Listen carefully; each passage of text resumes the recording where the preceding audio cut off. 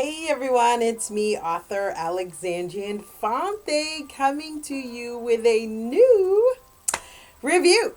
So it's Friday, and I'm so happy because I'm so tired. I actually didn't go to the gym today, which I kind of feel guilty because I had some chocolate, but anyway, so today's review is, remember, it's Friday, so that means anything goes. Whatever genre you write in, it's okay for today. So it's nice and sunny outside. It's nice, beautiful, sunny California spring day. Uh, but I'm missing New York. I'm ready to go back east. I'm tired of California. Anyway, so today's review is by none other than author Brian Jackson, who has been waiting like a freaking eternity to finally get his book reviewed. And the book is called Chaos. I'll show you the cover. Okay, this is the cover. And I'm not sure if he's billing it as a YA or just a regular read. But because of the fact that the main character here, I'll show you guys again. It's called Chaos.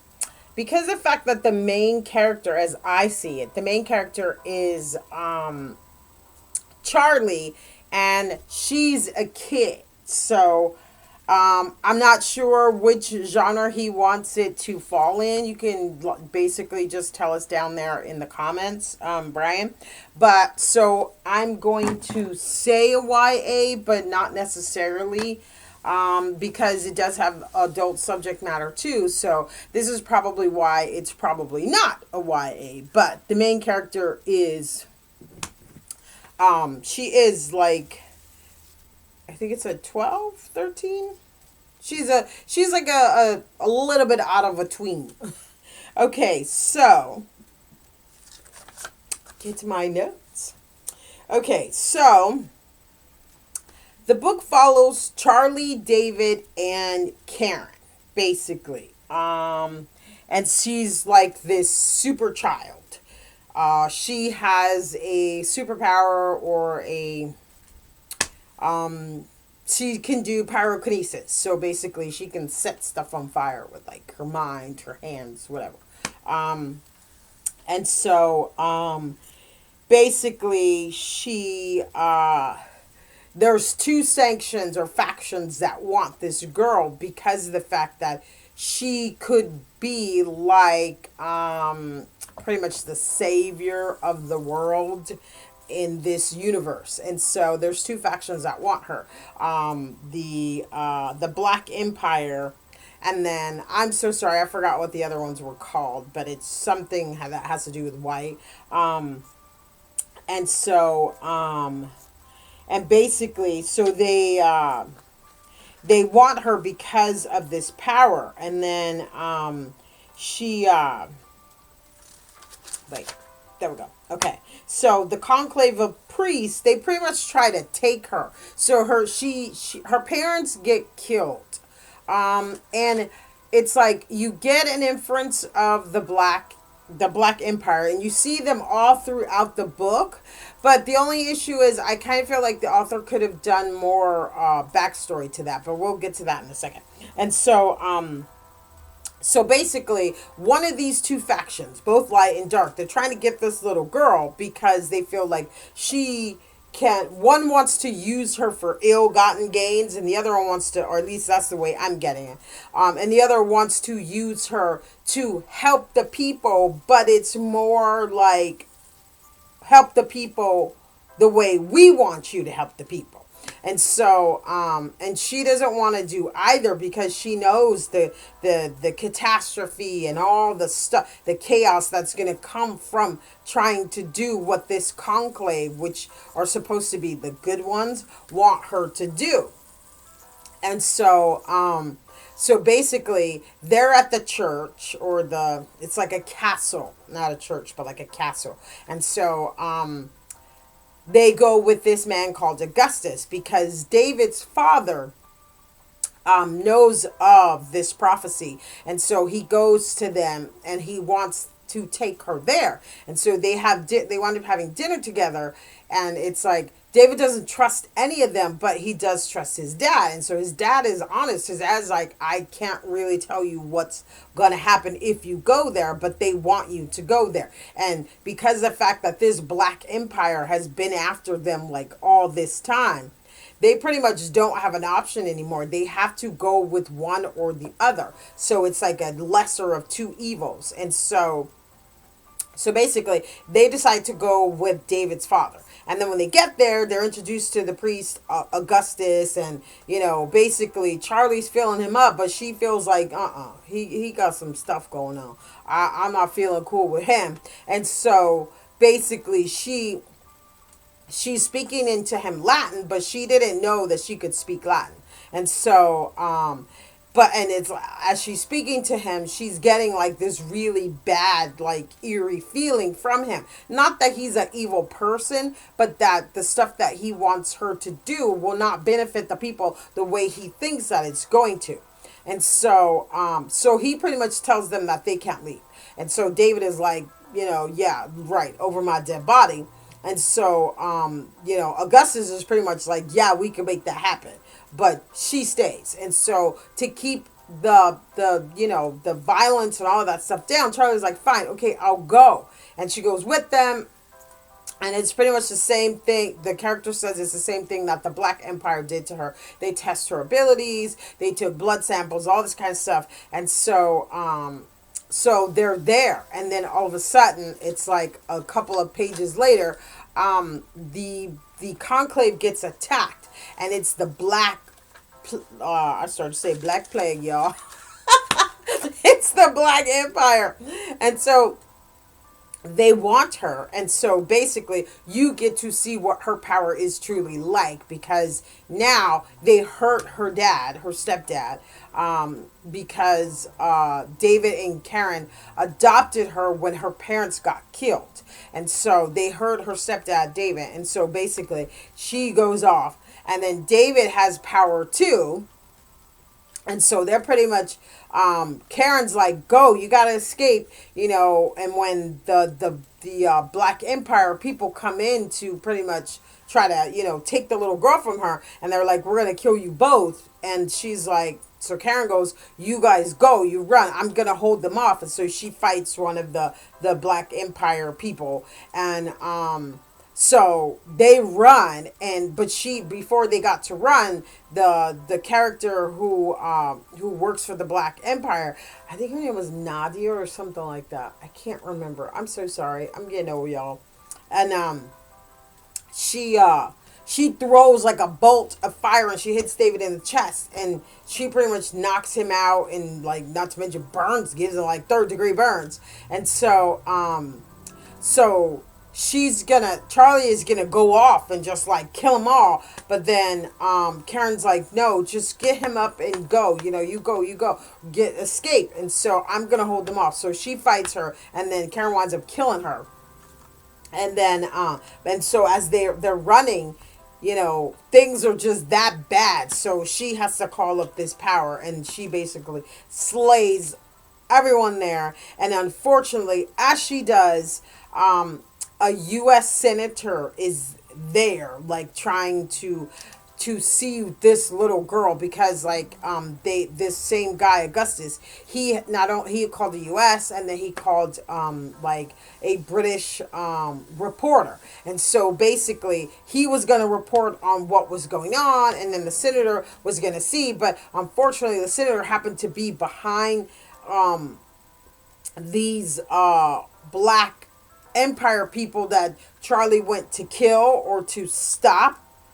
And like the little girl she's not trying to kill anyone. She's just trying to get all these people to stop. And so she goes to throw the power, and the senator is actually behind them. And so the senator gets killed. And then they brand her as like some genetically engineered kid who basically is on a killing spree. And so, and so they get to escape, and then their David and Karen are hurt like really bad, so she has to try to like take care of them, and all the while all of these people are still after her, and that's pretty much where I'm gonna stop. And so so as far as the book is concerned, I really like this book. This was a good book. It was a very good read. Like we get good books, but then we also get good reads. And this is a very inclusive, like it keeps you on your toes type of read. And so if I had to say, okay, so a couple of things about the book. One, I kind of feel like as a reader, not an author, but as a reader, it needs more backstory on the black uh empire people, because yeah, you're getting throughout the book, you're getting references to them and you know who they are and what they're doing, but I would have loved to have seen more of that, like a full on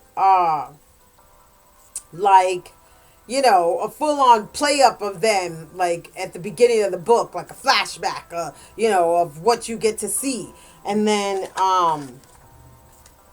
yeah, I had an issue with killing off the New Yorkers. What's up with that? I was like, what? Why we gotta get involved first? So that I had an issue with. No, I'm just joking. And then let me see. I have my glasses on, so I can. It's kind of hard to see my paper. Okay. And so I felt like, okay, I felt like this book itself was a combination of the Da Vinci Code, and Firestarter. I'm telling my age here, but yeah, because the little girl, that's who she reminds me of. She reminds me of that movie with Drew Barrymore, when Drew Barrymore was like, she was like 7 and she was a fire starter, and so was her dad, and people were chasing them, trying to get them and kill them. But it also has that Da Vinci Code type of feel too. Like it could totally be like a Dan Brown book too. Because like the conclave, and the fact that it has this historical bearing in this castle, which I could like vividly see in my brain, and the priest and the little girl walking down the corridor, and all you hear are the footsteps, and her imagining like the screams of people, or people who might have been tortured in these halls, and the stuff that's going on with that. So it really gave like a Da Vinci Code type vibe too. And then so basically it's like she's pretty much the savior. And then I also like the fact that she got to show exactly what her power was. And then there are also so many sub like inferences and just subliminal messaging, like I felt personally. I don't know if that's what the author's doing, but I felt like that. I mean, some of the ones that really stuck out to me was basically power, and how people take power and they use it to their own benefit, saying or claiming that this is for the people, or this is for blah blah blah blah. And this reflects really really well on our time right now. And then race, because there's this one character who basically he watches Fox News, and that got me for a second. I was like, okay, let me reread this again. And then freedom itself, giving up small increments of your freedom, thinking that something is, I mean, as a millennial freaking era right now, it is so, this is like so now. And then tyranny, because basically right now, if you look at what's going on in our society, it's pretty much what he wants. He wants to be a dictator. He wants to be a king of America. And so this book like fits completely in the now. And then just the imperfections and the way society is as a whole right now, and what we're taking from society. So I just really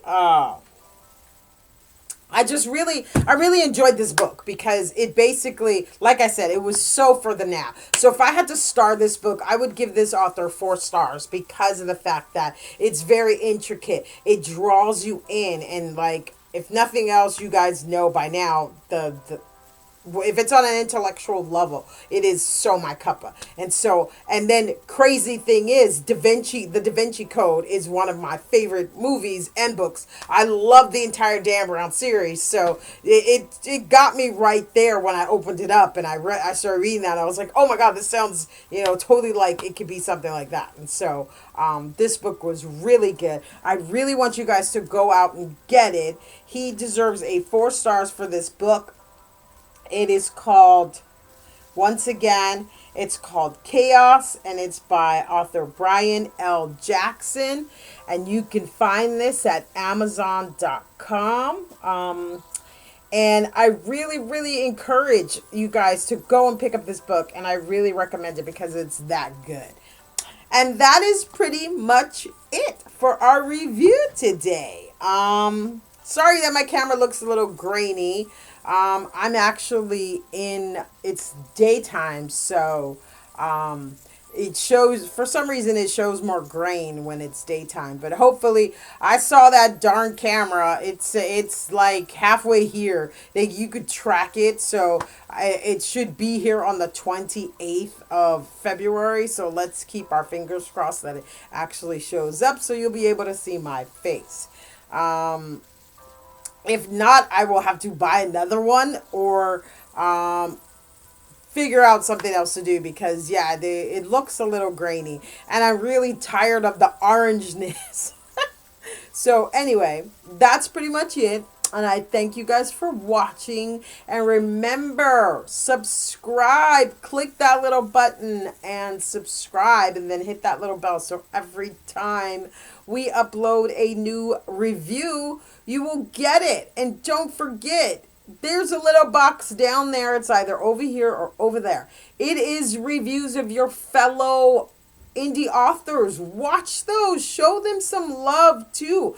Buy an indie author. It doesn't matter if you're an indie author. Buy an indie author anyway, because you're still perpetuating support. We all need each other's support. So make sure today you buy an indie author. And if you are a reader, thank you so much for sticking with us, and I hope that you enjoy these reviews and you actually go out and pick up some of these authors because some of them are very amazing. And that's pretty much it. I will see you guys on Sunday, actually. Sunday. We won't have a review tomorrow, remember. I might pop in with like a bookstore or something. I'm not exactly sure what I'm doing tomorrow because I'm off. So, I might pop in with something.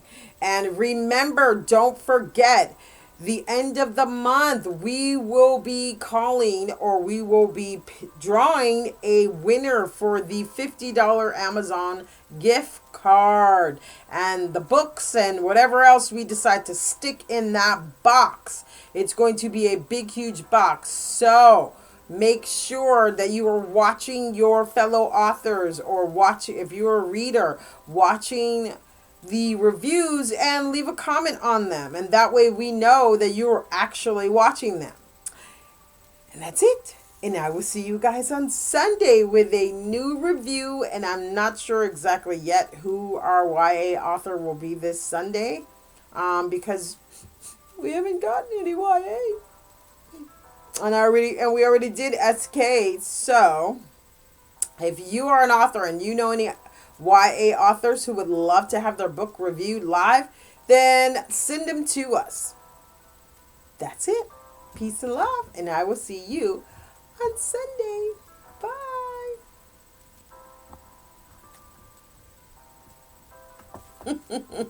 Bye.